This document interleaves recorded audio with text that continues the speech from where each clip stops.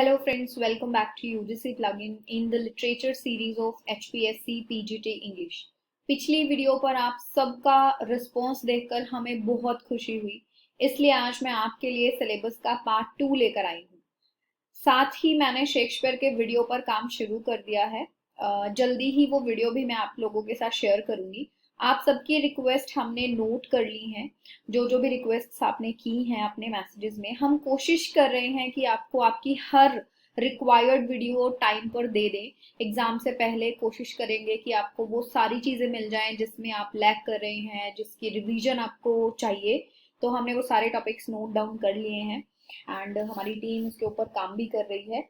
अगर इसी तरह से आप सबका रिस्पॉन्स हमें मिलता रहेगा तो हमारा मोटिवेशन भी हाई रहेगा। एंड आज ना सिर्फ हम सिलेबस डिस्कस करेंगे, बल्कि किसी भी टफ से टफ कॉम्पिटिटिव एग्जाम को क्लियर करने की क्या स्ट्रेटजी होती है वो भी मैं आपको बताऊंगी। मेरे 12 साल के करियर में मैंने बहुत सारे कॉम्पिटिटिव एग्जाम्स क्लियर किए हैं और करवाए भी हैं। ये स्ट्रेटजी सबके लिए एक बड़ा सक्सेस सिद्ध हुई है। सो मैं आपके साथ वो शेयर करूंगी। अक्सर किसी भी एग्जाम से 20-22 दिन पहले स्टूडेंट्स बहुत ज़्यादा स्ट्रेस महसूस करते हैं। मैं भी करती थी। मेरे जो पास स्टूडेंट्स पढ़ते हैं पर्सनली, उनको भी बहुत स्ट्रेस होता है। शायद आप सब भी ऐसा ही महसूस कर रहे होंगे। फ्रेंड्स, आपने इससे पहले भी कॉम्पिटिटिव एग्जाम्स दिए होंगे एंड ये देखा होगा कि वो जो कॉम्पिटिटिव एग्जाम्स हैं वो बीए एमए में जो हम पेपर देते हैं, एग्जाम्स देते हैं, उसकी तरह नहीं होते, जिनमें कि हमने एक फिक्स सिलेबस पढ़ लिया, वहीं से कुछ पढ़ के हमने लिख दिया, उनके क्वेश्चंस के आंसर कर दिए एंड हमारी जो है बीए एमए क्लियर हो जाती है बहुत आसानी से। बट कॉम्पिटिटिव एग्जाम्स में आपकी एनालिटिकल पावर, आपकी पेशेंस, बहुत सारी चीजें चेक की जाती हैं। कॉम्पिटिटिव एग्जाम नॉर्मल एग्जाम से अलग होते हैं। इसकी एक स्ट्रैटेजी होती है और वही स्ट्रैटेजी आप किसी भी कॉम्पिटिटिव एग्जाम्स के ऊपर अप्लाई कर सकते हैं। आपको 100% गारंटीड सक्सेस मिलेगा ही। आप सब कुछ याद नहीं कर सकते, ये चीज आपको पहले मेक श्योर करनी पड़ेगी अपने माइंड में कि मैं सब कुछ याद नहीं कर सकता या नहीं कर सकती। आपको सब कुछ क्या करना है, सारे सिलेबस को 1 या 2 बार अपने कॉन्शियस रीडिंग के थ्रू निकालना है। आपको कॉन्शियसली उसे रीड करना है। मन बार बार आपको ये कुछ कुछ बोलता रहेगा कि तुम्हें तो कुछ याद ही नहीं है, तुम्हें तो सब भूल गया है पिछला। ऐसा नहीं होता। हमने जो पढ़ा है कॉन्शियसली वो कहीं ना कहीं हमारे सब कॉन्शियस माइंड में सेटअप हो जाता है। हम सब कुछ नहीं भूलते हैं और ये जो मन है ये हमें बार बार यही चीज कह के डराएगा और हम पिछले ही सिलेबस पे पड़े रहेंगे। सो हमें क्या करना है, हमें सिलेबस को इस तरह से नहीं करना है कि हमने बस एक ही सिलेबस को बार बार रिवाइज कर लिया। हमें पूरा सिलेबस एक बार अपनी आंखों के आगे से निकालना है, एक बार रीड करना है, क्योंकि क्वेश्चन पूरे सिलेबस से आएंगे, है ना। किसी एक पर्टिकुलर टॉपिक को आप ये सोचो कि मैं इसको अच्छे से कर लूं, वो आपकी वेटेज को नहीं बढ़ाएगा एग्जाम के। ठीक है। तो आपको क्या करना है, आपको अगर थोड़े पोर्शन को ही याद करने में आप लगे रहोगे तो सिलेबस जो है वो अधूरा रह जाएगा। इन सब में सबसे जरूरी चीज क्या होती है, इन सब में सबसे जरूरी होती है प्रैक्टिस। आप कितनी प्रैक्टिस कर रहे हो।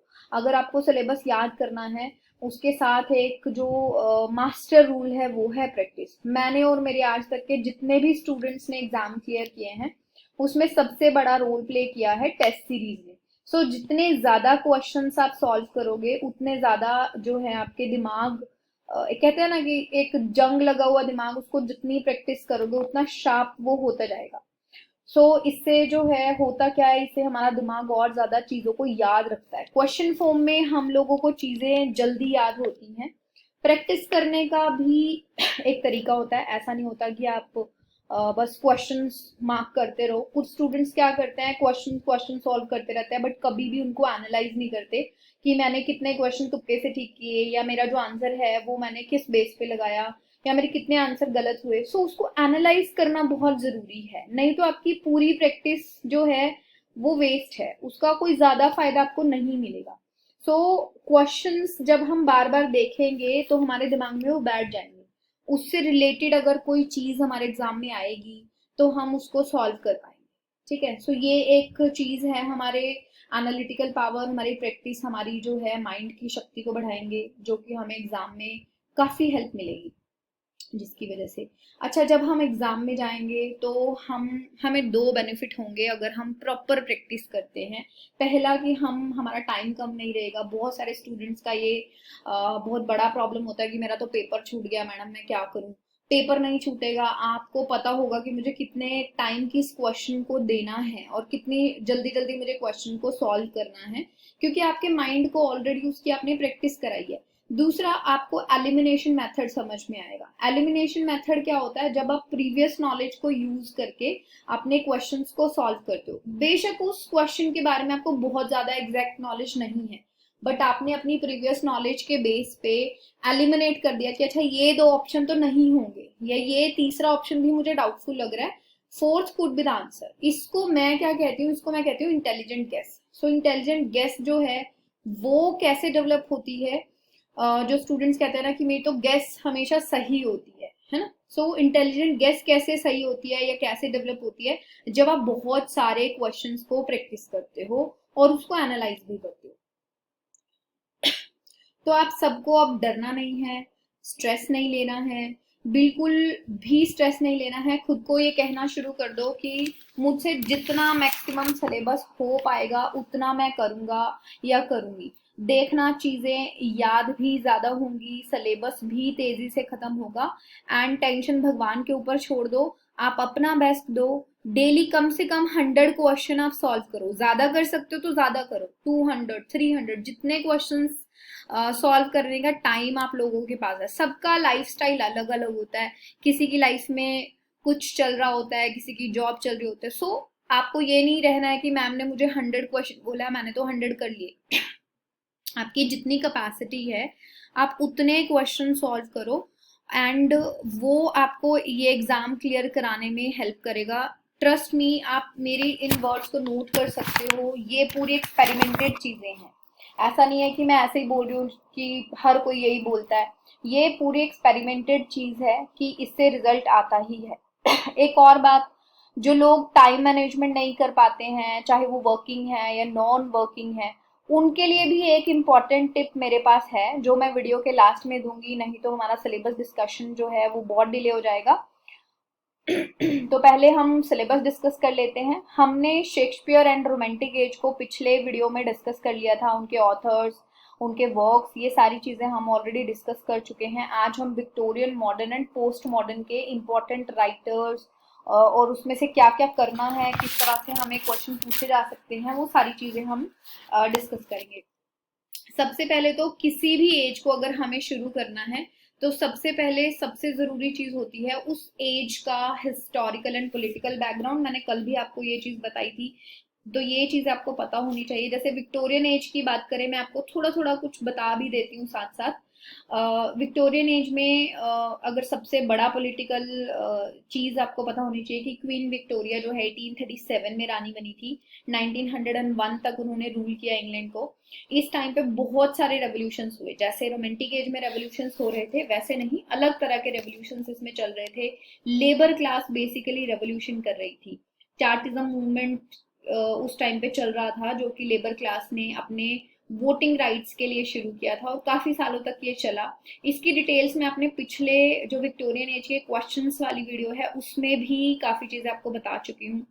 रोमांटिक एज में जो चल रहा था इंडस्ट्रियल रेवोल्यूशन, उसका इम्पैक्ट भी इस एज में और ज्यादा बढ़ गया था। जो भी इम्पैक्ट इंडस्ट्रियल रेवोल्यूशन के थे वो इसमें ज्यादा दिख रहे थे। साइंस जो है उसने बहुत ज्यादा तरक्की कर ली थी। और यहाँ पर क्या है, सिर्फ ऐसा नहीं है कि साइंस को ही लोग मान रहे थे, रिलीजन और साइंस हैंड इन हैंड चल रहे थे। अमीर गरीब की जो खाई है वो और ज्यादा बढ़ गई थी। लोग जो है शहरों की तरफ जाना शुरू कर रहे थे। तो ये एक बड़ी चीज थी कि शहरों में जाएंगे तो क्या होगा, पोल्यूशन बढ़ेगा, लोगों की आबादी शहरों में बढ़ेगी, भीड़ भाड़ बढ़ेगा, ठीक है, कंपटीशन बढ़ेगा। तो ये सारी चीजें उस टाइम पर हो रही थी। उसके अलावा ट्रेड यूनियंस बन रही थी, बैंकों का जो है चलन उस टाइम पे शुरू हुआ था। अब देखो, बैंक हमेशा से तो नहीं थे ना। रेलवेज जो है वो बहुत तेजी से ग्रो कर रहा था। विमेन विमेन के ऊपर काफी रिस्ट्रिक्शंस थी इस पीरियड में, उनको मोडेस्टी में रहने का हुक्म दिया गया था। उनको घर से ज़्यादा बाहर जाने की इजाज़त नहीं थी, बहुत ज़्यादा पढ़ाई करने की, उनकी इंडिपेंडेंसी की कोई बात नहीं कर रहा था। और सबसे इम्पॉर्टेंट जो इंसिडेंस इस एज में माना जाएगा, पूरी ह्यूमैनिटी के लिए हम कह सकते हैं कि वो इम्पॉर्टेंट है, वो है थ्योरी ऑफ एवोल्यूशन, कि ह्यूमन बींग्स कैसे इवॉल्व हुए, कैसे बने, है ना। हम हमारे पूर्वज जो है, ऐसा कहा गया है एवोल्यूशन की थ्योरी में कि वो बंदर थे, बंदरों से इवॉल्व हो होकर हम ह्यूमन बींग्स बने हैं। एंड दूसरा जो इंसिडेंस था इस टाइम पे वो था ग्रेट एग्जीबिशन। क्वीन विक्टोरिया ने अपनी कंट्री को ग्लोरीफाई करने के लिए एक बहुत बड़ा एग्जीबिशन लगवाया था एंड दुनिया भर से लोगों को बुलाया था। ठीक है, सो मैंने आपको एक ब्रीफ सा दे दिया विक्टोरियन एज का, कि विक्टोरियन एज है कि क्या थी। बाकी थोड़ा बहुत आप इंटरनेट से पढ़ना, आपके पास कोई बुक है तो उसमें से पढ़ना। और बाकी जो मेरी पिछली वीडियो एक और मैंने अपलोड की थी क्वेश्चन आंसर सीरीज में, उसमें भी मैंने विक्टोरियन एज के पॉइंट्स को थोड़ा थोड़ा डिटेल में एक्सप्लेन किया है, तो वहां से भी आपको पॉलिटिकल एंड सोशल बैकग्राउंड पता चल जाएगा। अब अगर हम पोइट्स की बात करें, पोइट्स और नॉवलिस्ट इस एज में दोनों ही भर भर के हैं, ड्रामा इसमें ज़्यादा नहीं है। सो पोइट्स इंपॉर्टेंट हैं, नॉवलिस्ट इंपॉर्टेंट हैं। पोइट्स में Alfred Lord Tennyson and Robert brown, दो बहुत बहुत इंपॉर्टेंट पोइट्स हैं। बाकी माइनर पोइट्स हैं, किसी का एक वर्क, किसी के दो वर्क, वो मैंने आपको आगे बता ही देना है। टेनिसन की बात करें, अल्फ्रेड लॉर्ड टेनिसन की, ये जो 10 पोएम्स मैंने दी हैं ये बहुत इंपॉर्टेंट है। वैसे तो टेनिसन ने बहुत कुछ लिखा है, बट एग्जाम्स में इन 10 पोएम से जनरली क्वेश्चन आ जाता है। टेनिसन की ये 10 पोएम्स कर लेना। टेनिसन कौन है? टेनिसन पोइट लोरेट थे। विलियम वर्ड्सवर्थ की डेथ के बाद वो पोइट लोरेट बने थे 1850 में, एंड उसी साल उनकी एक बहुत ही फेमस बुक इन मेमोरियम जो मैंने सबसे पहले लिखी है, वो एक एलिजी है उनके फ्रेंड आर्थर हेलम, या हाँ आर्थर हेनरी हेलम, AHH भी जिनको कहते हैं, उनकी डेथ के ऊपर, जो कि बहुत ही छोटी उम्र में उनकी डेथ हो गई थी, उनकी डेथ के ऊपर ये एलिजी उन्होंने लिखी थी। इसको लिखने में उन्होंने बहुत साल लगाए थे, बहुत फेमस हुई थी। एंड हमारे एग्जाम पॉइंट ऑफ व्यू से भी आपको इसको इम्पोर्टेंट रखना है, डिटेल में पढ़ना है। 131 सेक्शंस इसके हैं, समरी डिटेल में पढ़नी है, टेक्स्ट पढ़ने मत बैठ जाना। इंपॉर्टेंट कोटेशंस देख लेना, इसमें एक प्रोलोग भी है, एक एपिलोग भी है, सो इसको आप ध्यान से करना। उसके अलावा सारी पोएम्स की समरीज पढ़ लेना, आपको पता होना चाहिए कि कौन सी पोएम किसके बारे में है, किसकी क्या कहानी है। And Ulysses, lotus eater and crossing the bar, इन तीनों का देख सको तो टेक्स्ट देख लेना, क्योंकि इनकी कोटेशंस भी पूछ ली जाती हैं पोइट्री में, ये भी इंपॉर्टेंट होता है। नेक्स्ट इंपॉर्टेंट ऑथर हैं रॉबर्ट ब्राउनिंग। रॉबर्ट ब्राउनिंग ने बहुत कुछ लिखा है, कीट्स की तरह रॉबर्ट ब्राउनिंग भी एग्जामिनर के फेवरेट हैं होते हैं। एंड ब्राउनिंग ने क्या पॉपुलर किया था? ब्राउनिंग ने पॉपुलर किया था ड्रामेटिक मोनोलॉग को, जिसमें क्या होता है, ड्रामेटिक मोनोलॉग क्या होता है? मोनोलॉग मतलब सिंगल इंसान जो बोल रहा होता है। सो इसमें इस तरह की पोएम्स में एक नरेटर होता है जो बात करता है, अकेले बोलता है, बट उसके एक्सप्रेशन से, उसकी बातों से हमें पता चलता है दैट देयर इज समवन जो उसकी बात सुन रहा है, एंड उसके एक्सप्रेशंस भी हमें समझ में आते हैं जो नरेटर के साथ होता है। सो ब्राउनिंग ने बहुत सारे ड्रामेटिक मोनोलॉग्स लिखे हैं। आपको ड्रामेटिक मोनोलॉग का डेफिनेशन पता होना चाहिए, जो मैंने अभी बताया। एंड सारे जो इनकी पोएम्स हैं उनके नाम एटलीस्ट आप लोगों को पता होने चाहिए। एंड सबसे बड़ी चीज, आपको रॉबर्ट ब्राउनिंग के पोइट्री कलेक्शंस के नाम, सिर्फ नाम नाम पता होने चाहिए।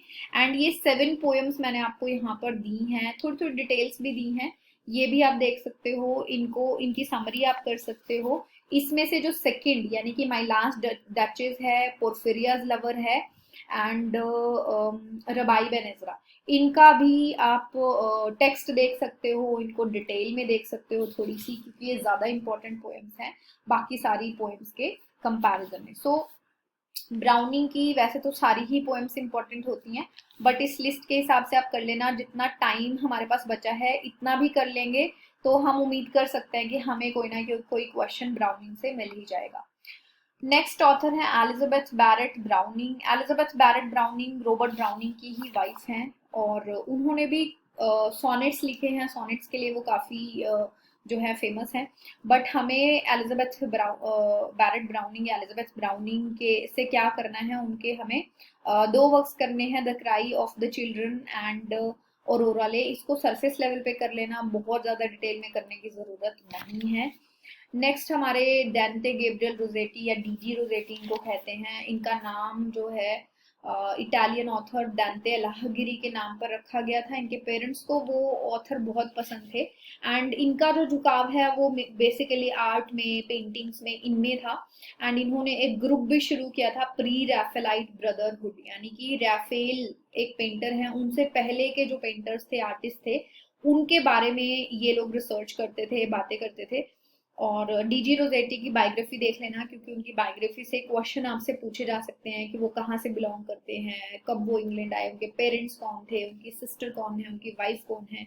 सो इनका एक ही वर्क करना है, प्रोजरपाइन, इसको आप थोड़ा सा डिटेल में देख लेना, इम्पॉर्टेंट वर्क है। एंड क्रिस्टीना रोजेटी इन्हीं की बहन है, डीजी रोजेटी की। एंड इनका भी गॉबलिन मार्केट करना है। बेसिकली ये लोग फेमस हैं प्री रैफेलाइट ब्रदरहुड के नाम से। विलियम मॉरिस भी एक ऑथर हैं और कई सारे फ्रेंड्स ने मिलकर ये ग्रुप इन्होंने शुरू किया था।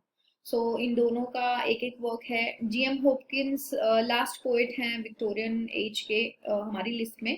बहुत इंपॉर्टेंट पोएट हैं, रिलीजियस पोएट हैं। 3 पोएम्स मैंने आपको उनकी दी हैं। इनकी बायोग्राफी इंपॉर्टेंट है। इनका एक मिडिल नेम है एम से, सो जेराल्ड मैनली हॉपकिंस इनका नाम है। इनको अपना जो मिडिल नेम है वो पसंद नहीं था, ये भी एग्जामिनर पूछ लेते हैं। एंड इन्होंने अपनी जो बुक्स हैं उनको पब्लिश नहीं कराया था। इनकी डेथ के बाद ये काफ़ी पॉपुलर हुए थे। इनके फ्रेंड ने इनकी बुक्स को पब्लिश कराया था, इनके वर्क्स को पब्लिश कराया था। सो ये 7 पोएट्स आप देख लेना। उसके बाद नॉवलिस्ट बहुत इंपॉर्टेंट है इस एज के। सबसे सबसे इम्पॉर्टेंट नॉवलिस्ट जो है वो है चार्ल्स डिकेंस। चार्ल्स डिकेंस कौन है? चार्ल्स डिकेंस जो है मेनली सोशल नॉवेल्स लिखते हैं या कंडीशन ऑफ इंग्लैंड नॉवेल्स लिखते हैं। सोशल नॉवेल्स क्या होता है? जिसमें इंग्लैंड की सोशल कंडीशंस को दिखाया जाए। मेनली जो वर्किंग क्लास थी, लेबर क्लास थी, उनकी लाइफ को ये रिप्रेजेंट करते हैं अपने नॉवेल्स में मोस्ट ऑफ द टाइम। जो लोग डेट में रहते हैं, डेट मतलब कर्जे में रहते हैं, जेल जाते हैं, ठीक है, तो इन सारे इस तरह के कैरेक्टर्स हैं, क्योंकि चार्ल्स डिकेंस की खुद की लाइफ थोड़ी थोड़ी इस तरह से थी। सो ये जो 9 वर्क्स हैं इनकी समरीज आपको देखनी है। इसके अलावा चार्ल्स डिकेंस के सारे वर्क्स के नाम आपको पता होने चाहिए। 15-16 टाइटल हैं। क्रोनोलॉजी एक बार देख लेना, ठीक है। और ये जो 9 नॉवेल्स की लिस्ट मैंने आपको दी है, कोशिश करना इनकी समरी एटलीस्ट पढ़ के जाओ। बट उसमें से भी ओलिवर ट्विस्ट बहुत इंपॉर्टेंट है, ब्लीक हाउस बहुत इंपॉर्टेंट है, डोम्बी एंड सन भी इंपॉर्टेंट है, great expectations and hard times तो है ही। सो ये आप देख लेना एक बार। नेक्स्ट है विलियम मैकपीस ठाकरे। विलियम मैकपीस ठाकरे का एक ही नॉवल आपको करना है जिसके लिए वो फेमस है, वैनिटी फेयर। बहुत ही सुंदर सी कहानी है। इंग्लैंड की सोशल कंडीशन को ये भी रिप्रेजेंट करते हैं, बट चार्ल्स डिकेंस से थोड़ा अलग तरह से। और वैनिटी फेयर का जो टाइटल है वो आया है बनियान के पिलग्रिम्स प्रोग्रेस से। बनियान ने एक वर्क लिखा है पिलग्रिम्स प्रोग्रेस, वहां से आया है। मिल्टन के कंटेम्पररी हैं ये, जॉन मिल्टन के साथ लिखते थे बनियन। उन्हीं की एक बहुत ही फेमस बुक है पिलग्रिम्स प्रोग्रेस। उसमें एक इंसिडेंस होता है वैनिटी फेयर, उसी के बेस पे इन्होंने अपने नॉवल का नाम रखा है। सो इनके कैरेक्टर्स देखने हैं हमें, वैनिटी फेयर के स्टोरी लाइन देखनी है। इंपॉर्टेंट वर्क है, आपको डिटेल में करना है। George Eliot. जॉर्ज एलियट का एक्चुअल नाम है मैरी एन इवेंस। इन्होंने अपने हस्बैंड के नाम से अपना पेन नेम रखा था, क्योंकि उस टाइम पे जो लड़कियां हैं उनके नॉवेल्स को कोई पढ़ना पसंद नहीं करता था। एंड लड़कियों को बहुत ज़्यादा छूट नहीं थी, उनको उनकी इंडिपेंडेंसी के लिए कोई भी अलाउ नहीं करता था। सो जॉर्ज एलियट इन्होंने अपना नाम रखा था अपने हस्बैंड के नाम पर, और वैसे इनका नाम है मैरी एन इवेंस। ये भी आपसे पूछा जा सकता है। इनके 2 नॉवल बहुत बहुत फेमस हैं जिनकी वजह से इनको बहुत फेम मिला। एडम बेडे, जो कि रॉयल अप्रिसिएशन भी इस नॉवल को मिली थी। क्वीन विक्टोरिया ने काफ़ी इसकी तारीफ की थी। मिल ऑन द फ्लॉस, ये भी एक बहुत इंपॉर्टेंट वर्क है। बाकी सारे वर्क्स को हमें समरी देखनी है, सरफेस लेवल पे करना है, बहुत ज़्यादा परेशान होने की ज़रूरत नहीं है, बट आपको पता होना चाहिए कि कौन से नॉवल का क्या बैकग्राउंड है, क्या कहानी है। Charlotte Brontë. ब्रॉन्टे सिस्टर्स में सबसे इंपॉर्टेंट शार्लोट ब्रॉन्टे। एक ही नॉवल हमें उनका करना है, बट शार्लोट ब्रॉन्टे की बायोग्राफी कर लेना। बायोग्राफी कर ली तो जेन आयर अपने आप समझ में आ जाएगा। जेन आयर की सारी डिटेल्स हमें करनी है, उसका बैकग्राउंड क्या था, ऑटोबायोग्राफिकल है, कैरेक्टर्स के नेम, सिचुएशंस, कुछ इंपॉर्टेंट कोटेशंस, शार्लोट ब्रॉन्टे ने अगर जेन आयर के बारे में कुछ कहा है, इसका कोई प्रीक्वल है, सीक्वल है, डेफिनेटली इसका एक प्रीक्वल है जो बाद में लिखा गया था, बट है प्रीक्वल, कहानी से पहले की कहानी है। अम, वो देख लेना, वाइट सा गैसो सी के नाम से है वो, जीन राइज ने लिखा है। और ब्रॉन्टे सिस्टर्स में एमिली ब्रॉन्टे का भी हमें एक नॉवल करना है, वुदरिंग हाइट्स। वुदरिंग हाइट्स भी इम्पॉर्टेंट है। ये एक घर की कहानी है, घर में एक कैरेक्टर है हिथक्लिफ, उसकी कहानी है। सो वुदरिंग हाइट जो है एक घर का नाम है, पहले के लोग घरों के नाम रखा करते थे, तो इसको भी आपको बहुत डिटेल में पढ़ना है, इसके सारे कैरेक्टर्स के नाम, कहानी, स्टोरी लाइन, नरेटर, और कितने नरेटर हैं, कौन पहले कहानी सुना रहा है, कौन बाद में सुना रहा है, एंडिंग, ओपनिंग, सब कुछ हमें इन दोनों नॉवेल्स का, जेन आयर का भी, वुदरिंग हाइट्स का भी बहुत डिटेल में करना है। एलिजाबेथ गैस्केल एक इम्पॉर्टेंट राइटर है, नो डाउट, बट इनके हमें 4 नॉवेल्स बहुत ज़्यादा डिटेल में नहीं करने हैं, हमें पता होना चाहिए नॉर्थ एंड साउथ किसके बारे में है, Mary Barton, wives and daughters and Ruth. ये चारों नॉवेल्स हैं, ये भी इंग्लैंड की सोशल कंडीशन कहीं ना कहीं रिप्रेजेंट करते हैं। मोस्ट इम्पॉर्टेंट ऑथर्स में एक ऑथर हैं Thomas Hardy. Thomas Hardy poetry भी लिखते थे, शॉर्ट स्टोरीज भी लिखते थे, एंड उन्होंने नॉवेल्स भी लिखे हैं। सो थॉमस हार्डी के ये 3 नॉवेल्स आपको बहुत डिटेल में करने हैं, mayor of Casterbridge, Tess of the d'Urbervilles, Jude the obscure. और इन्होंने क्या किया था, ये वैसे तो आर्किटेक्ट थे, बट इनका प्रोफेशन जो है, इन्होंने साइड बाय साइड राइटिंग में भी इनका करियर इन्होंने रखा। इन्होंने एक फिक्शनल टाउन, वेसेक्स के नाम से एक फिक्शनल टाउन बनाया था, ठीक है। तो ये भी आपसे पूछा जा सकता है, जैसे आर के नारायण ने मालगुडी बनाया था और मालगुडी डेज लिखा था, ऐसे ही थॉमस हार्डी ने वेसेक्स बनाया है, एंड वेसेक्स टेल्स के नाम से उनका जो है ये स्टोरी कलेक्शन है। आपको स्टोरीज नहीं करनी है, बट आपको पता होना चाहिए वेसेक्स टेल्स किसका वर्क है, थॉमस हार्डी का वर्क है। एंड वेसेक्स एक इमेजिनरी एक जगह है, जैसे मालगुडी है, और इसको बनाया है थॉमस हार्डी ने। सो 13 नॉवलिस्ट मैंने आपको दिए हैं। अब इसके बाद ऐसे देख लेते हैं। 13 नॉवलिस्ट नहीं दिए हैं, मतलब 13 ऑथर मैंने इन टोटल अभी आपको बताए हैं, जिसमें आपके पोएट्स एंड नॉवलिस्ट दोनों आ गए। एसेइस्ट, देखिए एसेइस्ट क्या है, इस एज के एसेइस्ट इंपॉर्टेंट है, मैंने एक एक वर्क उनका दिया है, इनको आप देख लेना अच्छे से, यू नेवर नो क्वेश्चन वो ऐसे से पूछ लें। सो थॉमस बेबिंगटन मैकॉले हैं, उनका मिनट ऑफ इंडियन एजुकेशन है, इंपॉर्टेंट है। थॉमस कार्लाइल का साटर इज आर्टस है, एक ही ऐसे है, एक ही वर्क है, सॉरी ऐसे नहीं है। जॉन रस्किन का on to this last, and fourth जो है हमारे मैथ्यू आर्नोल्ड, उनका हमें बहुत कुछ करना है। मैथ्यू आर्नोल्ड ना सिर्फ एक पोइट हैं बल्कि एक क्रिटिक भी हैं। यहाँ पे मैंने उनकी 5 पोएम्स आपको मेंशन की हैं और एक ऐसे, तो 6 के 6 चीजें आपको डिटेल में करनी है। इस एज में जो ड्रामा है वो बहुत ज्यादा पॉपुलर नहीं था, सो ड्रामेटिस्ट देख लेते हैं कौन है, बट मैथ्यू आर्नोल्ड के ये 5 पोएम्स को आपको डिटेल में देखना है। डोवर बीच सबसे इंपॉर्टेंट है, उसके अलावा बाकी सबकी समरीज आपको पता होनी चाहिए। एसेज इन क्रिटिसिज्म भी आपको एक बार कंसीडर करना है, पढ़ना है। नेक्स्ट अगर हम देखें ड्रामेटिस्ट, एक ही ड्रामेटिस्ट मैंने यहाँ पे अपनी लिस्ट में डाला है, ऑस्कर वाइल्ड। ऑस्कर वाइल्ड के 2 वर्क्स मैंने यहाँ पे दिए हैं। पिक्चर ऑफ डोरियन ग्रे एक नॉवल है, इसकी समरी आपको डिटेल में पता होनी चाहिए, and importance of being earnest, ये कॉमेडी है, प्ले है, और सही में कॉमेडी है, आपको लगेगा कि क्या लिखा है ऑथर ने। सो ऑस्कर वाइल्ड के दोनों वर्क्स आपको डिटेल में करने हैं, और यहाँ पे हमारा विक्टोरियन एज का चैप्टर खत्म हो जाता है।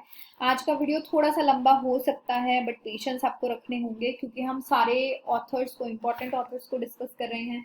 मॉडर्न एज में भी आपको क्या क्या पढ़ना है वो भी हम डिस्कस करेंगे। मॉडर्न एज का भी बाकी एजेस की तरह हमें historical and political background definitely देखना है।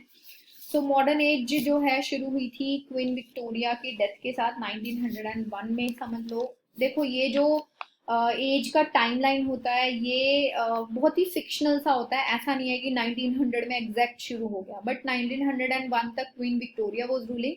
सो हम कह सकते हैं कि 1901 से लेके 50 तक, कुछ बुक्स में 45 होगा, कुछ बुक में 40 होगा।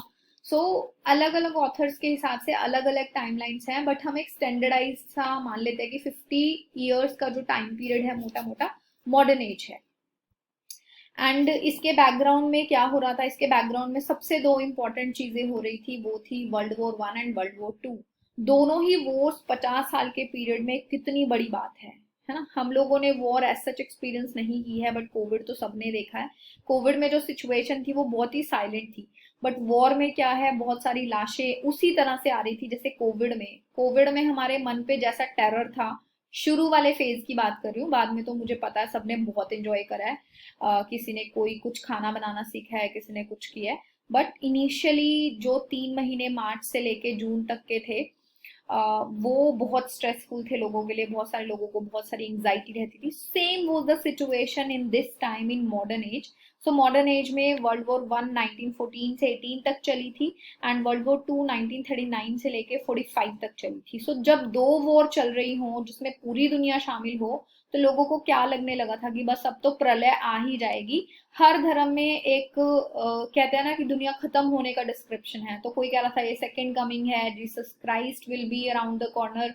एंड किसी को लग रहा था कि भाई अब तो कल की अवतार होने ही वाला है। सो बहुत सारी लोगों के ये एजम्पशंस थे, एंड लोगों के दिमाग में बहुत स्ट्रेस था। एंड इसके साथ साथ जो हुआ फर्स्ट वर्ल्ड वॉर के बाद, वो क्या हुआ, वो हो गया ग्रेट डिप्रेशन। ग्रेट डिप्रेशन क्या है, जब स्टॉक मार्केट डाउन हो गई, पूरी दुनिया में स्टॉक मार्केट जो है क्रैश हो गई, लोगों को कहते हैं ना मंदी आ गई, हर चीज में लोगों को नुकसान जैसी फीलिंग आने लगी। सो ग्रेट डिप्रेशन का बहुत बड़ा इम्पैक्ट हुआ, और ये दोनों चीजें, वॉर एंड ग्रेट डिप्रेशन, उसका इम्पैक्ट हमें लिटरेचर के ऊपर भी दिखाई देगा। उस टाइम पे वॉर पोइट्री शुरू हो गई, स्ट्रीम ऑफ कॉन्शियसनेस नॉवेल्स आ गए। स्ट्रीम ऑफ कॉन्शियसनेस क्या है वो आप ढूंढना, बाकी मैंने अपने पिछले लेक्चर्स में एक्सप्लेन भी किया है, वीडियो बहुत लंबा हो जाएगा। और रिलीजन जो है उसको कोई खास इंपॉर्टेंस इस एज में नहीं मिली, क्योंकि लोगों का भगवान के ऊपर से ही एक टाइम विश्वास उठ गया कि अब और क्या देखना बाकी है। अगर इतनी वॉर्स हो रही हैं, इतने लोग मर रहे हैं, then where God is. Literature में और क्या चेंजेस हुए, लिटरेचर में वर्स फॉर्म को यूज किया जाने लगा। कौन सी वर्स फॉर्म, फ्री वर्स को यूज किया जाने लगा। इससे पहले ब्लैंक वर्स जो है वो लोग यूज कर रहे थे, वो पोइट्स उसको यूज कर रहे थे। बट अभी जो है फ्री वर्ड्स का जमाना चल गया। और पिछली सारी एजेस में जो भी सब्जेक्ट मैटर्स चल रहे थे, जो रूल्स फॉलो हो रहे थे, जो स्टाइल जिस स्टाइल में लिखा जाता था, वो सब कुछ इस एज में आके बदल गया। तो ट्रांजिशन एक तरह से हो गया। एंड बहुत सारे लिटरेरी मूवमेंट्स इस टाइम पर चल रहे थे, जैसे एस्थेटिसिज्म चल रहा था, सिंबलिस्ट मूवमेंट चल रहा था, इमेजिज्म चल रहा था। ठीक है, सो ये जो मूवमेंट्स हैं ये चल रहे थे। किंग जॉर्ज को जो फॉलो कर रहे थे जॉर्जियन पोएट्स, उनकी पोइट्री फेमस हुई। ठीक है, और इस टाइम पे ड्रामा फिर से पिक्चर में आ गया, नॉवेल्स लिखे गए, पोइट्री लिखी गई, ड्रामा भी लिखा गया। और ड्रामा एक पीक पे आया, रेस्टोरेशन एज की तरह नहीं कि पिछली एजेस के ड्रामा को उन्होंने बिल्कुल ही डिस्कार्ड कर दिया था एंड अपने ही तरह का एक ड्रामा शुरू कर दिया था। बट मॉडर्न एज का जो ड्रामा है वो काफी अच्छा है, काफी अच्छा फ्लरिश हुआ। सबसे पहले नॉवलिस्ट को देख लेते हैं। बहुत सारे जो अच्छे राइटर्स हैं, बहुत अच्छे नॉवलिस्ट हैं, वो इस एज में हुए। सो ऑलमोस्ट सारे ही जो नॉवलिस्ट मैंने आपको यहाँ पर दिए हैं वो सारे बहुत बहुत इंपॉर्टेंट हैं। सबसे पहले हैं जोसेफ कॉनरेड। जोसेफ कॉनरेड एक पॉलिश ब्रिटिश राइटर हैं, यानी कि पोलैंड में उनका जन्म हुआ, बाद में उन्होंने ब्रिटेन की सिटीजनशिप ले ली, एंड फिर ये पॉलिश ब्रिटिश राइटर बन गए। इनके सारे जो नॉवेल्स हैं उनके नेम्स आपको पता होने चाहिए, उनकी सेटिंग और क्रोनोलॉजी देख लेना एक बार। और ये जो दो नॉवेल्स मैंने यहाँ पर दिए हैं, heart of darkness and Lord Jim, इसको आपको बहुत डिटेल में करना है, यहाँ से हमें क्वेश्चंस मिल सकते हैं। इनका मेन सब्जेक्ट मैटर रहता था ब्रिटिश कॉलोनिज्म जो है, कॉलोनियलिज्म है, उसका विरोध करना। सो बेशक ये ब्रिटिश थे, बट इनको कॉलोनियलिज्म बिल्कुल पसंद नहीं था। सो हमें हार्ट ऑफ डार्कनेस में भी वो चीज़ दिखाई देगी। एंड नेक्स्ट जो ऑथर है वो है जॉर्ज ऑरवेल। जॉर्ज ऑरवेल ने भी पॉलिटिकल इश्यूज के ऊपर लिखा है, ये भी एक इम्पॉर्टेंट नॉवलिस्ट हैं। नॉवलिस्ट के साथ साथ ये एक एसेइस्ट भी हैं। बर्मा में ये एक इंस्पेक्टर का काम करते थे, एंड कॉलोनियलिज्म का इम्पैक्ट इनको भी, इनके ऊपर भी पड़ा था। इनको भी जब इन्होंने बुरे हाल देखे कॉलोनियल लोगों के, तो इन्होंने भी अपनी नौकरी छोड़ दी एंड सिंपल एक लाइफ, गरीबी वाली लाइफ ये जीने लगे। इनके नॉवेल्स में मोस्टली हमें पॉलिटिकल टॉपिक्स मिलेंगे, पॉलिटिकल टॉपिक्स के ऊपर लिखते हैं। और इन दोनों ही नॉवेल्स को आपको बहुत डिटेल में करना है। एनिमल फार्म एंड 1984 जो है वो 1948 में लिखा गया था, जिसको रिवर्स करके ऑथर ने नॉवेल का जो टाइटल है वो 1984 रख दिया। पब्लिश इसको 1949 में किया गया था। सो ये भी एक पॉलिटिकल, हम ये कह सकते हैं कि नॉवल है जिसमें कि एक डिस्टोपियन पिक्चर दिखाई गई है कि अगर हमने अपने पॉलिटिकल लीडर्स को कंट्रोल नहीं किया, सिस्टम को कंट्रोल नहीं किया, तो हमारी सिचुएशन ऐसी हो जाएगी जैसे इस नॉवल में लोगों की हो गई है। एक ऐसे भी इनका मैंने यहाँ पे मेंशन किया है, लियर, टॉलस्टॉय एंड फूल। ये भी आपको देख लेना चाहिए। ये जो है टॉलस्टॉय के क्रिटिसिज्म में उन्होंने लिखा है। टॉलस्टॉय ने एक बार लिख दिया था कि शेक्सपियर का किंग लियर मुझे समझ ही नहीं आया। सो इन्होंने लिखा टॉलस्टॉय को कि तुम्हें तो किसी की भी चीज समझ नहीं आती। सो एक तरह से क्रिटिसिज्म है टॉलस्टॉय के ऊपर, कटाक्ष है। जेम्स जॉयस बहुत इंपॉर्टेंट है, आयरिश ऑथर हैं, इंग्लिश में लिखते हैं। इनके आयरलैंड में एक जगह है डबलिन, डबलिन के ऊपर बेस करके, वहीं के कल्चर के ऊपर बेस करके इन्होंने अपने नॉवेल्स एंड शॉर्ट स्टोरीज लिखी हैं। सो डबलिनर्स इनकी शॉर्ट स्टोरी कलेक्शन है। डिटेल में नहीं करना है, नाम पता होना चाहिए कि डबलिनर्स किसकी शॉर्ट स्टोरी कलेक्शन है। उसके अलावा दो नॉवेल्स मैंने यहाँ पर दिए हैं, portrait of an artist as young man, इसकी डिटेल्ड समरी आप कर लेना, कैरेक्टर्स के नाम कर लेना। एंड नेक्स्ट है यूलिसिस, यूलिसिस की स्पेलिंग ठीक कर लेना। यूलिसिस के भी कैरेक्टर, स्टोरी लाइन, कोई भी इंसिडेंस इससे जुड़े हैं, ओपनिंग लाइंस, एंडिंग लाइंस, ये सारा कुछ हमें करना है। जेम्स जॉयस का बहुत इंपॉर्टेंट ऑथर है, हर एग्जाम के पॉइंट ऑफ व्यू से ये इंपॉर्टेंट होते हैं। वर्जीनिया वुल्फ तो है ही इंपॉर्टेंट, एक फेमिनिस्ट भी हैं। इन्होंने एसेज भी लिखे हैं, नॉवेल्स भी लिखे हैं, ठीक है, और बहुत फेमस हैं। सुसाइड से इनकी डेथ हुई थी। इनकी बायोग्राफी बहुत इंपॉर्टेंट है, बायोग्राफी जरूर पढ़ना, क्योंकि बायोग्राफी से एक फेमिनिस्ट कैसे शुरू की उसने अपनी लाइफ, कौन कौन सी चीजें उसको प्रॉब्लम कर रही थी अपनी लाइफ में, वो सारी चीजें हमें पता चलेंगी। उसके ऊपर से क्वेश्चन आ सकता है। साथ ही सारे वर्क्स के नेम इनके पता होने चाहिए। जितने भी नॉवेल्स इन्होंने लिखे हैं आपको पता होना चाहिए कि वर्जीनिया वुल्फ का वर्क है। बट ये जो दो नॉवेल्स हैं, Mrs Dalloway, to the lighthouse, इसको डिटेल में कर लेना। हरियाणा के मोस्टली यूनिवर्सिटीज में इन नॉवेल्स को पढ़ाया जाता है, तो वैसे भी इंपॉर्टेंट है। और to the lighthouse 3 parts में लिखा गया है। उन तीनों पार्ट्स के नाम जैसे कि फर्स्ट है विंडोज, फिर है टाइम पासेस, थर्ड है लाइट हाउस। तो तीनों आपको क्रोनोलॉजी में पता होने चाहिए, और कैरेक्टर्स के नाम पता होने चाहिए, स्टोरी लाइन तो पता ही होनी चाहिए। कुछ कुछ इंपॉर्टेंट कोटेशंस हैं, ओपनिंग एंडिंग लाइंस हैं, वो भी आप देख लेना, क्योंकि टू द लाइट हाउस से कोटेशंस भी आ जाती हैं। एंड थर्ड है इनका एक essay, a room of one's own, feminist essay है, इसको भी एक बार देख लेना। इसमें एक इमेजिनरी कैरेक्टर इन्होंने डाला है, शेक्सपियर की सिस्टर जूडियथ शेक्सपियर। तो वो कहती हैं कि अगर शेक्सपियर की सपोज एक बहन होती जूडियथ शेक्सपियर, और वो किसी तरह से शेक्सपियर की तरह अपने गांव से काम करने के लिए शहर आती, तो क्या इतना टैलेंट होते हुए जितना शेक्सपियर के पास था, क्या वो उतनी सक्सेसफुल होती? एक तरह से उन्होंने सोसाइटी के ऊपर क्वेश्चन उठाया है कि फीमेल्स को या वुमेन को इक्वल अपॉर्चुनिटीज नहीं मिलती हैं, इसीलिए चाहे उनके अंदर टैलेंट हो भी, बट उनके साथ बहुत सारी चीजें जुड़ी होती हैं जिसकी वजह से वो सक्सेसफुल नहीं होती हैं। And Shakespeare being a male, उनको अपॉर्चुनिटीज भी मिली, उनके टैलेंट को फ्लरिश कराया गया, ठीक है। ये एक एग्जाम्पल है, ऐसा नहीं है कि उनकी शेक्सपियर से कोई दुश्मनी है या किसी से कोई दुश्मनी है। शी जस्ट वॉन्ट्स टू से कि कितनी इनइक्वालिटी हमारी सोसाइटी में वुमेन और मेन के बीच में। आजकल तो फिर भी बहुत फर्क है। वर्जीनिया वुल्फ की बायोग्राफी पढ़ोगे तो उनको तो स्कूल कॉलेज जाने की भी परमिशन नहीं थी, घर पे ही उन्होंने अपनी पढ़ाई की थी। नेक्स्ट है D H Lawrence. D H Lawrence again Charles Dickens की तरह एक बहुत इंपॉर्टेंट ऑथर हैं। सारे नॉवेल्स के नाम आपको पता होने चाहिए, बट सारे डिटेल में करना पॉसिबल नहीं है, टाइम कम है। तो हम एटलीस्ट ये वाले 4 नॉवेल्स हम करके जाएंगे डिटेल में। Sons and lovers, rainbow, women in love, lady Chatterley's lover, ये चारों आपको पता होने चाहिए। लेडी चैटरलेज लवर की बेशक स्टोरी लाइन बहुत ज्यादा डिटेल में करने की जरूरत नहीं है, बट फैक्ट्स याद करने जरूरी है, क्योंकि इसको बैन कर दिया गया था। इसमें कुछ सेक्सुअल कंटेंट था जो उस टाइम पे के लोगों को पसंद नहीं आया था, जिसकी वजह से इसको बैन कर दिया था। बट बाद में कुछ सालों बाद इसको फिर से ओपन कर दिया था, पब्लिश कर दिया था। और जो लास्ट है बर्ड्स बीस्ट्स एंड फ्लावर्स, ये इनकी पोइट्री कलेक्शन है। पोएम्स करने की जरूरत नहीं है, बस नाम आपको पता होना चाहिए कि बर्ड्स बीस्ट्स एंड फ्लावर्स के नाम से एक poetry collection D H Lawrence ने लिखी है, जिसमें ह्यूमन बीइंग्स का डिस्क्रिप्शन हमें मोस्टली पोएम्स में नहीं मिलेगा। हमें एनिमल्स के बारे में, फ्लावर्स के बारे में, बर्ड्स के बारे में, जैसे एक पोएम है इनकी स्नेक, वो बहुत इंपॉर्टेंट है। तो इस तरह के टॉपिक्स के ऊपर इन्होंने पोइट्री लिखी है। नेक्स्ट है Aldous Huxley. Aldous Huxley Nobel prize winner हैं। मतलब इनका बहुत बार नोबेल प्राइज की नॉमिनेशन में नाम आया है। ब्रेव न्यू वर्ल्ड इनका बहुत ही अच्छा डिस्टोपियन नॉवल है, जिसमें इन्होंने फ्यूचर में कैसी दुनिया हो सकती है इसका एक झलक हमें दिखाया है। इसकी डिटेल हमें करनी है। ग्रैहम ग्रीन के सारे नॉवेल्स के नाम हमें पता होने चाहिए, बट समरी हमें इन दोनों की करनी है। पावर एंड द ग्लोरी ज्यादा इंपॉर्टेंट है, तो उसको डिटेल में देख लेना। एंड ब्राइटन रोक की भी कहानी आपको पता होनी चाहिए, ठीक है। नेक्स्ट जो है वो है एच जी नहीं E M Forster. E M Forster तो आपने पक्का अपने मास्टर्स में पढ़ा ही होगा।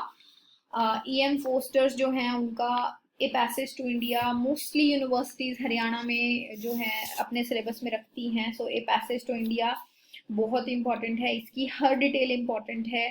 तो इसको आप डिटेल में देखना। साथ ही होवर्ड्स एंड को सरफेस लेवल पे देख लेना। इनका एक ऐसे है एस्पेक्ट्स ऑफ नॉवल, इसमें इन्होंने कॉन्सेप्ट दिया है कैरेक्टर्स का, round characters and flat characters. ये आपको पता होना चाहिए। फ्लैट कैरेक्टर्स कौन से होते हैं? जो किसी कहानी में शुरू से एंड तक सेम होते हैं, उनकी साइकोलॉजिकल या मेंटल ग्रोथ में कोई चेंजेस नहीं होते, जैसा बिहेवियर उनका शुरू में रहता है वैसे ही वो लास्ट तक रहता है। राउंड कैरेक्टर्स कौन से होते हैं? जो टाइम के साथ चेंज होते हैं कहानी में, जिनको कोई एक अलग तरह का ज्ञान प्राप्त हो जाए या जिनके सोचने का तरीका बदल जाए, तो ऐसे कैरेक्टर्स को कहते हैं राउंड कैरेक्टर्स। तो इन्होंने ये टर्म्स दी थी। इसके अलावा इसकी थोड़ी सी डिटेल्स एस्पेक्ट्स ऑफ नॉवल की देख लेना ऐसे की। H G Wells. H G Wells तो होते हैं सारे छोटे बच्चों के बहुत ही favourite author. H G Wells जो हैं इन्होंने बहुत सारे साइंटिफिक फिक्शनल वर्क्स लिखे हैं, जैसे टाइम मशीन। सबका एक दिमाग में एक रहता है कि काश मेरे पास टाइम मशीन होती, मैं फ्यूचर में जाके देख लेता या देख लेती या पास्ट में जाके देख लेती। सो ये पहली बार इन्होंने अपने किसी वर्क में इंट्रोड्यूस की थी कि टाइम मशीन नाम की भी कोई चीज हो सकती है। वो अलग बात है कि हम अभी तक कुछ बना नहीं पाए हैं ऐसा। उसके अलावा आइलैंड ऑफ डॉक्टर मोरियू, ये सब हमें सरफेस लेवल पे देखने हैं। बस हमें पता होना चाहिए कि एच डी वेल्स ने साइंस फिक्शन लिखा है, और ये कुछ नॉवेल्स जो हैं इंपॉर्टेंट हैं इनके। अगेन रुडियार्ड किपलिंग भी बहुत फेमस हुए थे अपने मोगली के लिए, अपने जंगल बुक के लिए। आपने भी बचपन में देखा होगा, उनकी कहानियां सुनी होंगी। मोगली की कहानी तो बहुत सारी फिल्मों में भी आजकल दिखाई जाती है, कार्टून मूवीज बनाई जाती हैं। So Rudyard Kipling is the author जो अपनी इतनी शानदार कहानियों के लिए माने जाते हैं, और इनको शॉर्ट स्टोरीज के लिए ही माना जाता है। एंड दूसरा, ये फेमस है अपने ब्रिटिशर्स के फेवरिज्म के लिए, कि ब्रिटिशर्स को ये फेवर करते हैं, ये उनको सच में सुपीरियर मानते हैं एंड उनकी तारीफ करते हैं। क्वीन विक्टोरिया के लिए भी इन्होंने 2 ओड लिखे थे, उनकी जब डायमंड जुबली थी उसके लिए। एंड इनकी सारी स्टोरी कलेक्शंस के नाम मैंने यहाँ पे दिए हैं, आपको पता होने चाहिए। प्लेन टेल्स, जंगल बुक, पक ऑफ बुक हिल्स, इस तरह से इनकी 5 शॉर्ट स्टोरी कलेक्शंस हैं, डिटेल में नहीं जाना है। वाइट मैन्स बर्डन इनका एक नॉवल है, इसकी समरी आप सरफेस लेवल पे देख लेना।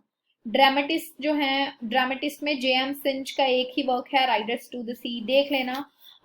इंपॉर्टेंट वर्क है। केवीएस में, एनवीएस में बहुत बार इससे क्वेश्चन आया है, हो सकता है हमारे टाइम पे भी आ जाए। सिंपल सी कहानी है। एरनलैंड आइलैंड करके एक जगह है, वहां पर सेट है। एक लेडी की कहानी है जिसके 5 बच्चे हैं, किस तरह से उनकी डेथ हो जाती है, उसके हस्बैंड की डेथ हो जाती है। समंदर के ऊपर समंदर कैसे किलर का एक रोल प्ले करता है इसमें। GB Shaw, very very very important dramatist, कमाल के कॉमेडियन है ये, कमाल के कॉमेडी राइटर हैं। हम कॉमेडियन नहीं कहेंगे, कॉमेडी राइटर हैं। इनके सारे प्लेज के नाम आपको पता होने चाहिए, क्योंकि प्लेज के नाम वो पूछ लेते हैं। एंड ये जो प्लेज मैंने आपको दिए हैं 2, arms and the man and Pygmalion, इसकी स्टोरी आपको पता होनी चाहिए, समरी पता होनी चाहिए।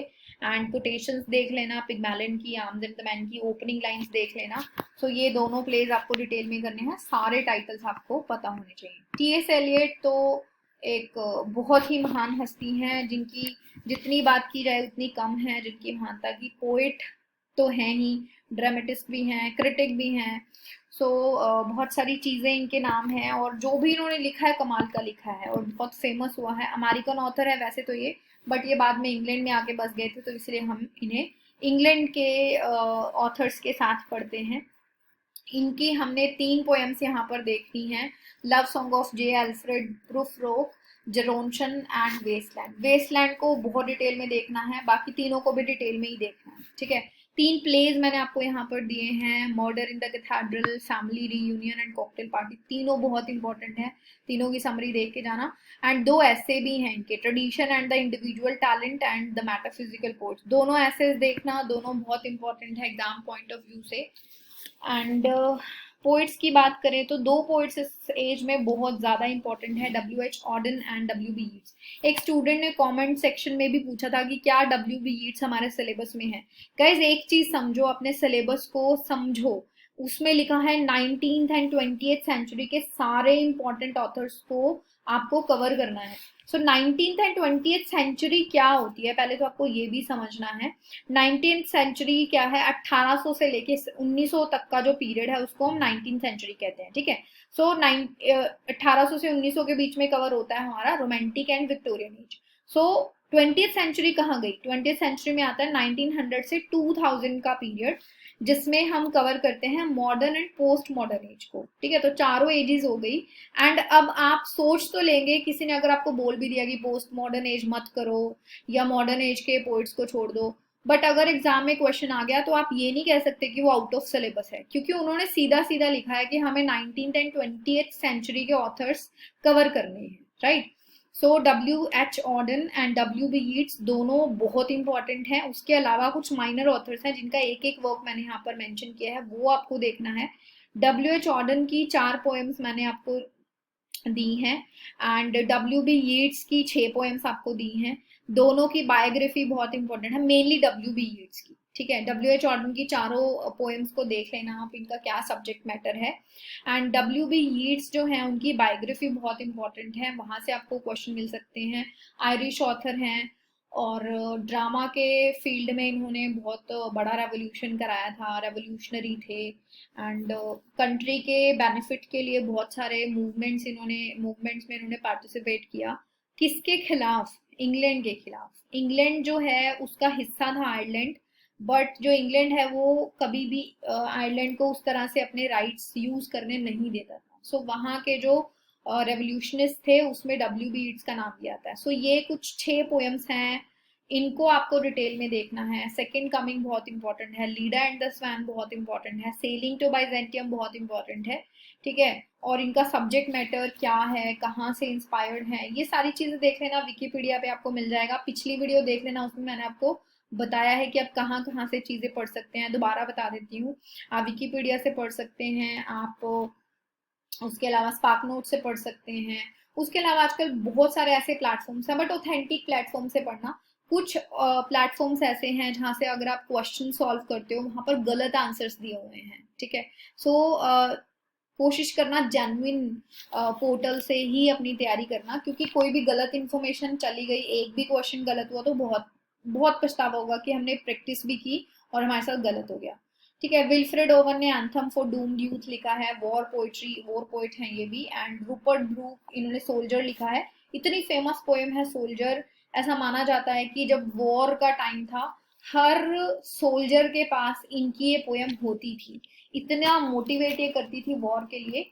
और जो विल्फ्रेड ओवन है उन्होंने वॉर की बुराई अपनी पोएम में की है कि वॉर क्या देती है, वॉर सबको दुख ही देती है।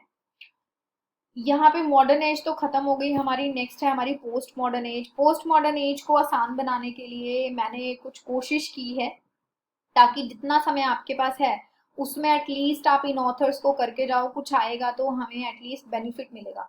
वैसे तो इस एज में 50 के आसपास ऑथर्स हैं, बट इस एग्जाम पॉइंट ऑफ व्यू से मैंने 13 को शॉर्टलिस्ट किया है, और उन 13 के भी कोशिश की है कि बहुत ज्यादा वर्क्स मैंने आपको ना बताऊं, बहुत जो इंपॉर्टेंट वर्क्स है वो ही मैं आपके लिए लेके आई हूँ। सो सारे नॉवलिस्ट का ऑलमोस्ट एक एक नॉवल है। ड्रामेटिस्ट जो हैं उनके भी हमने 4 ही ड्रामेटिस्ट यहाँ पर डाले हैं, 3 पोइट्स डाले हैं। तो देख लो। जैनेट विंटरसन है, उनका एक ही नॉवल हमें करना है, oranges are not the only fruits. Doris Lessing का गोल्डन नोटबुक कर लेना, बाकी टाइटल्स आपको देखने हैं इनके। डोरिस लेसिंग के विलियम गोल्डिंग्स हैं, उनका लॉर्ड ऑफ द फ्लाइज बहुत बहुत इंपॉर्टेंट है, पॉलिटिकल वर्क है। एंड किंग्सले एमिस का लकी जिम, ये कैंपस नॉवल है। कैंपस नॉवल क्या होता है? कैंपस नॉवल होता है ऐसे नॉवेल्स जिसमें या तो किसी स्टूडेंट या प्रोफेसर की कहानी हो, कोई कॉलेज या यूनिवर्सिटी सेटिंग हो। सो इसमें एक यूनिवर्सिटी की सेटिंग है। एंड लकी जिम जो है उसकी कहानी है, किस तरह से वो अपनी लाइफ में आए स्ट्रगल को सॉल्व करता है। ड्रामेटिस्ट में सबसे इम्पोर्टेंट है हैरोल्ड पिंटर। हैरोल्ड पिंटर के सारे टाइटल्स देख के जाना, बट ये जो 4 टाइटल्स हैं इनकी समरी कर लेना। डम waiter, birthday party, birthday party बहुत इंपॉर्टेंट है, care taker and home coming. Samuel Beckett का एक ही वर्क है वेटिंग फॉर गोदो, यही कर लेना, बहुत बहुत इंपॉर्टेंट है। इसका सब टाइटल देख लेना, पहले जर्मन लैंग्वेज में लिखा गया था, बाद में इंग्लिश में लिखा गया, फिर उसके बाद तो हर लैंग्वेज में इसको ट्रांसलेट किया गया। 2 एक्ट का प्ले है, 4-5 कैरेक्टर हैं, ठीक है।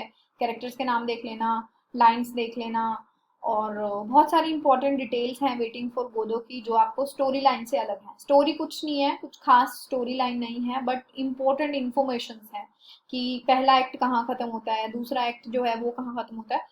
सो इसकी थोड़ी सी डिटेल्स जरूर पढ़ना। टॉम स्टॉपर्ड के भी 3 प्लेज मैंने यहाँ पर दिए हैं, रोजनक्रेंट्स एंड गिल्डनस्टर्न। गिल्डनस्टन एंड रोजनक्रेंट्स कौन है? हैमलेट अगर आपने पढ़ लिया है, हैमलेट में हैमलेट के 2 दोस्त होते हैं। सो उन्हीं दोस्तों के नाम से ये प्ले है, और हैमलेट की कहानी इनके पॉइंट ऑफ व्यू से इसमें दिखाई गई है। रियल इंस्पेक्टर हाउंड देख लेना।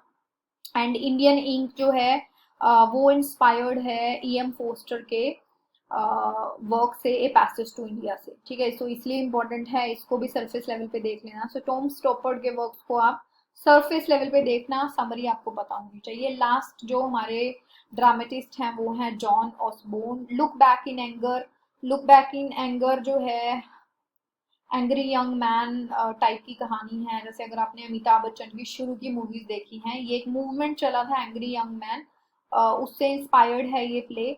तो इसकी कहानी बहुत इंटरेस्टिंग सी भी है, देख लेना। इसके अलावा यहाँ पर एक टर्म मैं आपको बताऊंगी, kitchen sink drama. So post modern age में किचन सिंक ड्रामा जो है वो भी पॉपुलर थे। एक बार लिख लो किचन सिंक ड्रामा के बारे में, थोड़ा सा पढ़ के जाना। हमारा लेक्चर बहुत लंबा हो जाएगा, नहीं तो मैं यहीं आपको डिटेल कर देती। पोएट्स जो हैं हमारे 3 पोएट्स हैं, सीमस हीनी हैं। सीमस हीनी की बायोग्राफी देख लेना, उनकी पोएट्री अपने आप समझ में आ जाएगी। डिगिंग, डिगिंग किसके बारे में है? डिगिंग है जो लोग आलू नहीं, जो लोग खेती करते हैं, है ना। सो सीमस हीनी इज सेइंग कि मेरे जो पूर्वज हैं वो किसान हैं, बट मुझे खेती में इंटरेस्ट नहीं आता। मेरे लिए जो मेरी राइटिंग है, पोइट्री लिखने की जो कला है, वो ही मेरे लिए मेरा खेती है ना। कि वो लोग खुरपी से या बाकी चीजों से खेती करते हैं, बट मैं पेन से खेती करता हूँ। एक्ट ऑफ पोटैटो डिगिंग, एक आयरलैंड में एक इंसिडेंस हुआ था जहां पर आलू की फसल जो है हर साल खराब हो जाती थी। तो अभी देखने में छोटा सा इंसिडेंस लगता है, जब इंडिया में प्याज और टमाटर महंगे हो जाते हैं, घरों की हालत खराब हो जाती है। सोचो आलू की फसल हर साल खराब हो रही है, आलू के बिना तो कोई सब्जी नहीं बनती है, कोई स्नैक्स नहीं बनते हैं। सो उस इंसिडेंस का आज भी वहां पर कितना प्रभाव है कि लोग इतना डरते हैं कि आलू खत्म ना हो जाए, उसके ऊपर इन्होंने पोएम लिखी है। Ted Hughes very very important, इनकी जो है बायोग्राफी आपको देखनी है। सिल्विया प्लैथ के हस्बैंड हैं, कैसे इन्होंने अपने बच्चों को पाला, वो सारी चीजें। सिल्विया प्लैथ ने सुसाइड कर लिया था, और इन्होंने मोस्टली जो है एनिमल्स और इन सब के बारे में लिखा है। एंड ऐसा कहा जाता है कि एनिमल्स की क्रूवालिटी को देखते हैं, बट ऑथर ने इसको डिनाई किया है। Hawk roosting very very important. Thought fox वैसे तो फोक्स की कहानी है, इसमें एक पोएम है, बट कहीं ना कहीं वो राइटिंग पैटर्न कैसे होता है, एक राइटर कैसे लिखता है, उसके दिमाग में कैसे एक कई बार जड़ता आ जाती है कि वो लिख नहीं पाता है, उस सारे इंसिडेंट्स के बारे में थ्रिजल। तो ये 3 पोएम्स आप देख लेना। लास्ट ऑथर है फिलिप लार्किन। फिलिप लार्किन ने बहुत कुछ लिखा है अगेन, बट ये 4 पोएम्स आप देख लेना। Church going, the Whitson weddings, ठीक है। सो ये बहुत इंटरेस्टिंग सी पोएम है, विट्सन वेडिंग्स, इसको जरूर देखना। ओबेड, ओबेड किसको कहते हैं अर्ली मॉर्निंग को? टोड्स। टोड्स भी आप सबके लिए बहुत इंपॉर्टेंट है। वैसे भी पर्सनली भी लाइफ में हमें बहुत बार ऐसे थॉट्स आते हैं जैसे ऑथर को आते थे और उन्होंने ये पोएम लिखी। सो बेसिकली इसमें उन्होंने लिखा है कि मैं काम क्यों करूं, मैं जॉब पे क्यों जाऊं, मैं क्यों अपनी लाइफ का इतना प्रीशियस काम टाइम जो है वो काम करने में खत्म करूं, मैं भी टीचर्स की तरह। सो उन्होंने लिखा कि जो टीचर्स हैं, ओरेटर्स हैं, जो सिर्फ बात करके अपना पैसा कमा लेते हैं, काम कर लेते हैं, मुझे भी उनकी तरह शातिर होना पड़ेगा। बट लेटर ऑन उसको लगता है कि यार अगर मैं जॉब छोड़ दूंगा तो फिर मैं करूंगा क्या, मेरी लाइफ तो बोरिंग हो जाएगी। सो टोट्स रिविजिटिंग करके भी इन्होंने एक पोएम लिखी थी। बट हमें ये 4 पोएम्स देखनी है फिलिप लैपकिन की, थोड़ी बहुत बायोग्राफी उसकी देख लेना तो वो थोड़ा सा आइडिया हो जाएगा। सो ये हमारा ब्रिटिश लिटरेचर का डिस्क्रिप्शन यहाँ पर खत्म होता है।